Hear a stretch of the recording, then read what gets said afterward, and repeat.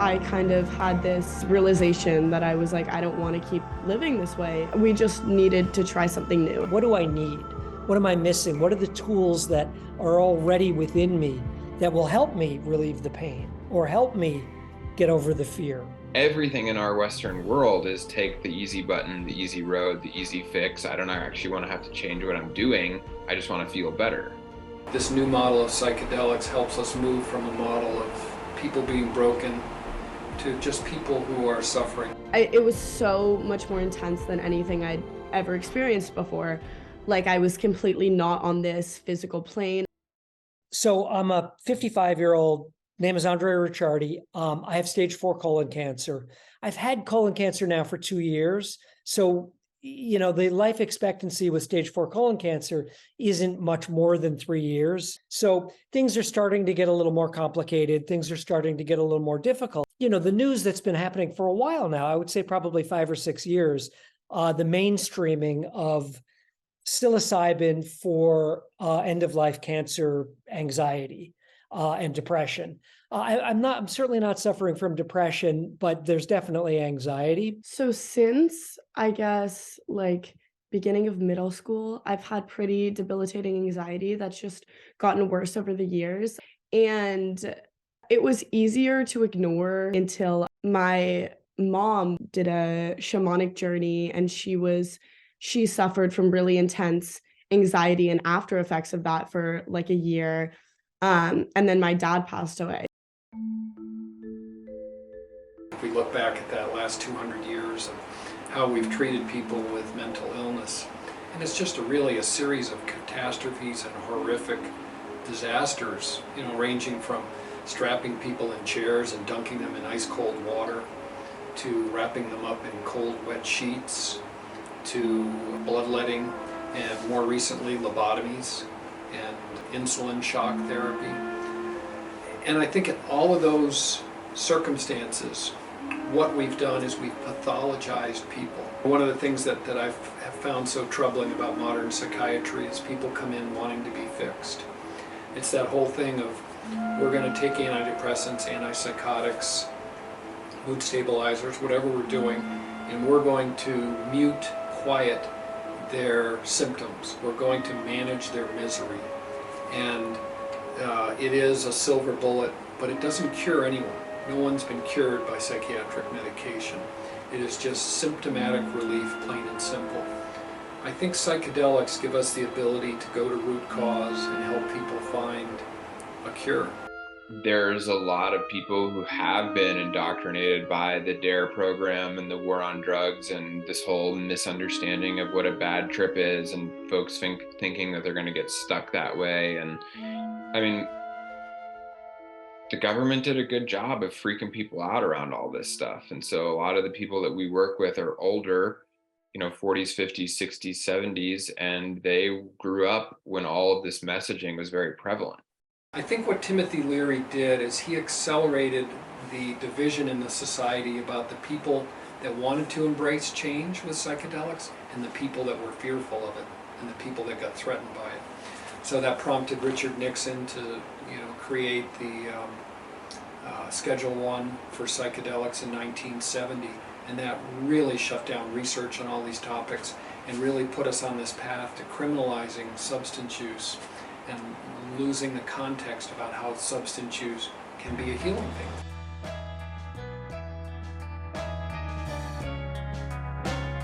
Something I find myself saying a lot, even to myself, because I'm like, did psilocybin really just pass? Did that actually happen? Like, I didn't think that would happen. There's already issues with what they're calling small pharma, which is basically, these large publicly funded psychedelic companies that are on a race to patent as many of these molecules as possible. There's companies that are trying to patent the basic elements of trip sitting, soft lighting, a comfy couch, a well-designed room. Like, there's nothing novel about that. And so basically we're trying to fit these medicines into a capitalistic system that's all rooted in extraction of resources. The nature of American culture is that everything is commercialized. And we saw this with cannabis when cannabis came in, and we're going to see this with psilocybin. There's going to be a gold rush to Colorado.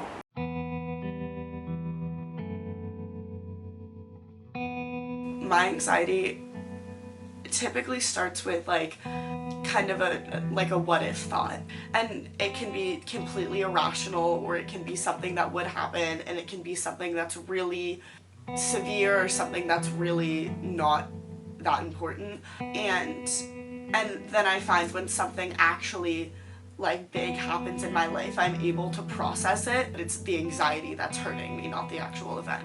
So the plan was to do a high dose of psilocybin in a controlled environment, as you know, with a couple of counselors. And I guess my intentions were, how do I deal with chronic pain? I had some radiation a few months ago I'm still feeling, but I know it's going to get worse. I know that I'm going to be dwelling in that space. I'm afraid of the process of dying, and how do I have the best possible death? How do I immerse myself in it and have a conscious death? I'd tried other things before. So I tried more traditional forms of psychotherapy, like talk therapy, but none of those things were really beneficial for me.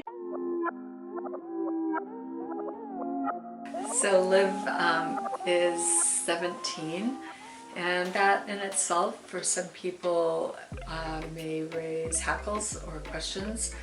Using medicines with somebody young, is still developing brain.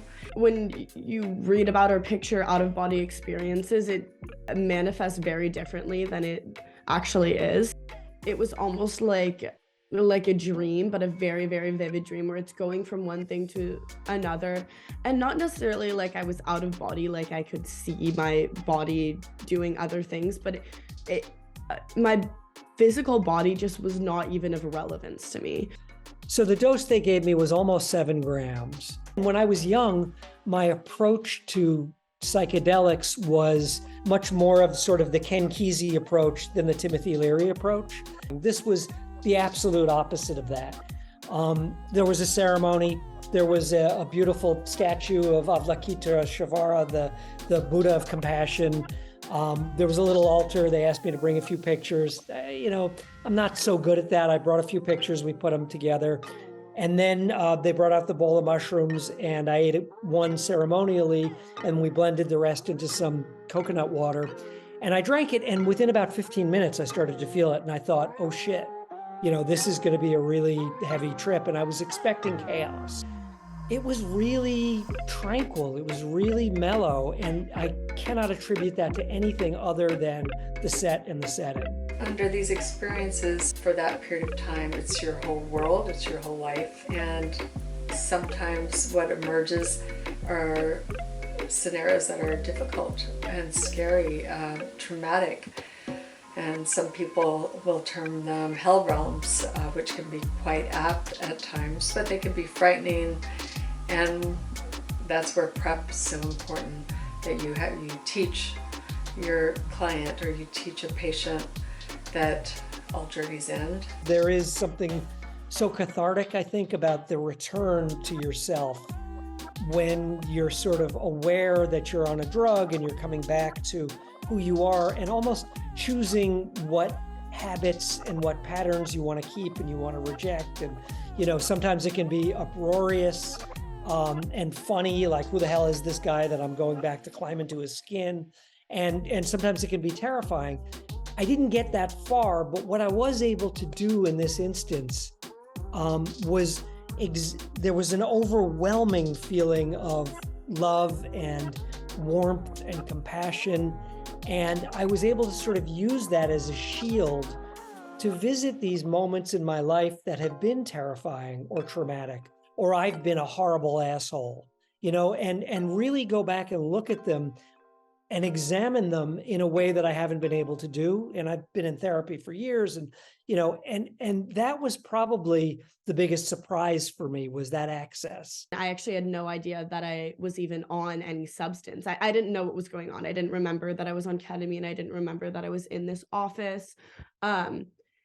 I actually thought that I was in like a fur factory and I was being transported around on this conveyor belt. And I came out of it just like a little unsettled, I think, because I was trying to make too much of it and I was trying to understand it too much. Sometimes in a ketamine journey, they can be weird, they can be strange, they can be beautiful. One can go into a really strong dissociative state and you're in somewhat of a dream world. And then my second one was definitely more positive because I instead of trying to like control it or make sense of it, which is what I tend to do with like everything in my life and overthinking and my anxiety in general, I felt much more of a release. I sort of had this feeling that I was going to be looking at the faces of my loved ones after I died and dwelling on their suffering and their pain.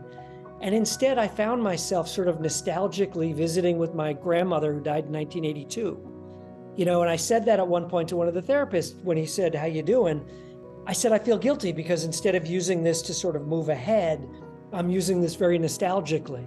And I'm having lunch with my grandparents for the first time in 45 years.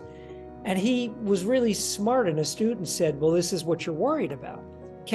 Will your loved ones still be able to access you after you're gone?" Most people will say they've already had, like, they ate too many edibles and it was a terrible trip. Most people have some version of that, not everyone. And if they haven't had that, they have the fear of that. So, to quote the Zendo Project, difficult is not bad with psychedelic experiences. Sometimes the darker or harder moments are the most transformative. When I was sort of peaking and when I was really at the heaviest part of the trip, I remember thinking to myself, the anxiety I felt about going into this psychedelic experience proved to be unnecessary. And while I was in the experience, everything felt perfectly natural and perfectly comfortable. And death is going to be the same way. I'm going to be extremely anxious going into it, but once it starts happening, it's going to feel perfectly natural and I'm just going to go. In this particular journey, she realized, even in it, when she was deep in the medicine, she understood that instead of being moved around by ketamine, by the way, is an experience of motion and movement, and often one is just being moved by another force. And she realized that she could have agency in there and move herself instead of just being moved, which is, there's a positive and negative there. We want to teach Liv to let go and that she's safe when she lets go. And so she was able to talk about it and understand that that's part of how she rolls, how she operates, that she wants to control and move, decide. And she watched herself do that, which was really important. It's a little bit of the Wild West right now because there is no established protocols. And so people can go in and have a laser light show, or people can go in and sit in a room in a medical office with an IV and no therapist and no eye shades or headphones. We're seeing all variations in between. And I'm obviously very concerned about it, but this is what happens at the front end of an emerging treatment protocol. Psychedelic psychotherapy has kind of an interesting paradigm of, often we have two clinicians working together with one patient. Often that's going to be a medical doctor and a psychotherapist. Usually the medical doctor is a psychiatrist or someone who's also trained in psychotherapy as well, which is a really helpful paradigm, having different therapists with different skills and might connect to the patient on different levels, can be really helpful. And the relationship with one versus the other in any given moment there can be an interesting dance there. We're one of the only societies that doesn't have a history of communal psychedelic use. If we look to almost every other culture, there's some history of communally oriented intentional psychedelic use, and we're in the US one of the only ones that doesn't have that. What I did was really very little ritual to it.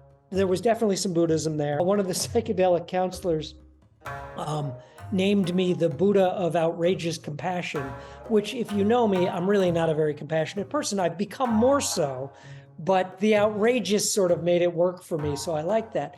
But there was very little ritual. It was, I think they were open to it, but as an atheist, as a New Yorker, as an asshole, I was just like, let's keep this straight and do the drugs. We have our own culture currently, and whether we're looking at LSD, MDMA, or ketamine, these are chemically created compounds. And what they share with the ones that have traditional lineages is they're catalysts for personal change, for internal journeys, for a process of transformation. And that we have to find our own path with our own culture that's honest and congruent with us. I think if you lose the ritual of psychedelics in a clinical setting, they're not going to work as well. I saw an article in the Psychedelic Review, one of these journals that I read, about just that, how they're trying to develop psychedelic medicine without the trip that would achieve whatever the goal is. And that may be helpful for some people. You know, again, to bring my wife into it, my wife does not want to trip. My wife does not want to take 7 grams of fucking mushrooms. But if there was a way to relieve her anxiety at, you know, my death by giving her a psychedelic derived medicine that didn't scramble her brain, she might be more likely to take it. So I shouldn't exclude that group of people who don't want that to be part of their process. That said, I think that is the process. The process is stepping out of yourself in a profound way for a limited amount of time so that you can look back and examine yourself as a third party.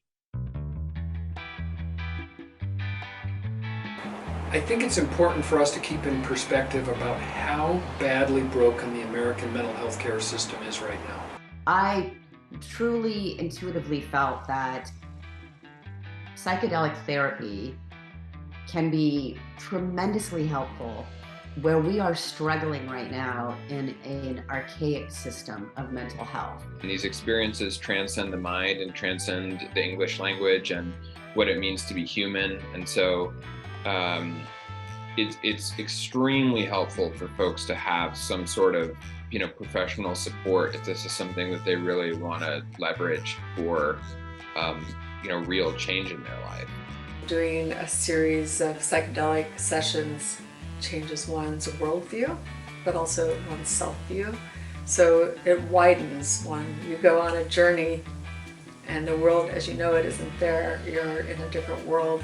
And there's no way one isn't impacted by that. And integration actually is being able to talk about that and to remind her that in real life, as she goes on in the next few days, just watch how she moves through her day when she wants to be in control and when she could decide, I trust myself, I can let go right now, everything's okay. And we're going to get there, but it'll be bit by bit. I really have to say for people doing it, I think the integration is as important as the journey itself. As her mama, watching her, it's as if a veil has been taken off of her that I didn't even know was necessarily there because it became so normal. And she's lighter, she's more present. She certainly gets into her ruminations. I'm not saying it was just a quick solution and that was it. But she describes herself as being able to release them much more quickly. And that's what we're doing here. It's not about not experiencing challenges. It's how can we respond to those challenges and recenter and make that time span just a little more fluid.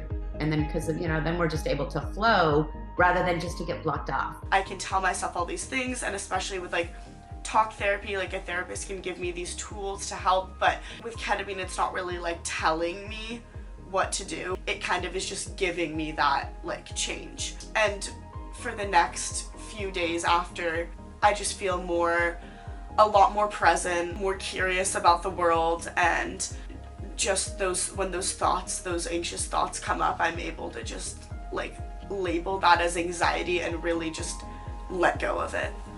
What I've heard from people with anxiety and depression is you're so gripped, you're so one with that anxiety that when people say, try to watch your thought moving down a river on a little leaf, and you're like, are you effing kidding me? Like, I am one with that. Like, so what I feel like ketamine has this really powerful effect is that it's able to say, oh my gosh, I see myself separate from that. So then I'm not like, am I not that anymore? And it's like one of the things that Livy had said was, it was very freeing. It was like, oh my God, I didn't know that I could be separate. While I was on the journey, I found myself at the hospital, sort of in the MRI area. There was a woman in the machine that I couldn't really see. I could just see sort of the top of her head. And she was really anxious and uncomfortable. And I put my hand on her head and calmed her down. And then I got this overwhelming feeling of, why am I in the hospital? I could be anywhere on earth. Why am I at this place that causes so much pain? And I realized it was because I had this upcoming MRI. When I was in the machine last week, I was able to sort of re-access that. And I was able to sort of remind myself, I've been here. I was here on my journey. That Andre is here with me now, and everything's going to be okay. And it was just, I could calm myself down in a way that I haven't been able to in the past. And I'm terrified of doing it the next time, because I don't know if I do 7 grams again, it may be chaos. It may be, worms and death and snakes and all that shit, but maybe not. And maybe if it is, I'll learn from that as well,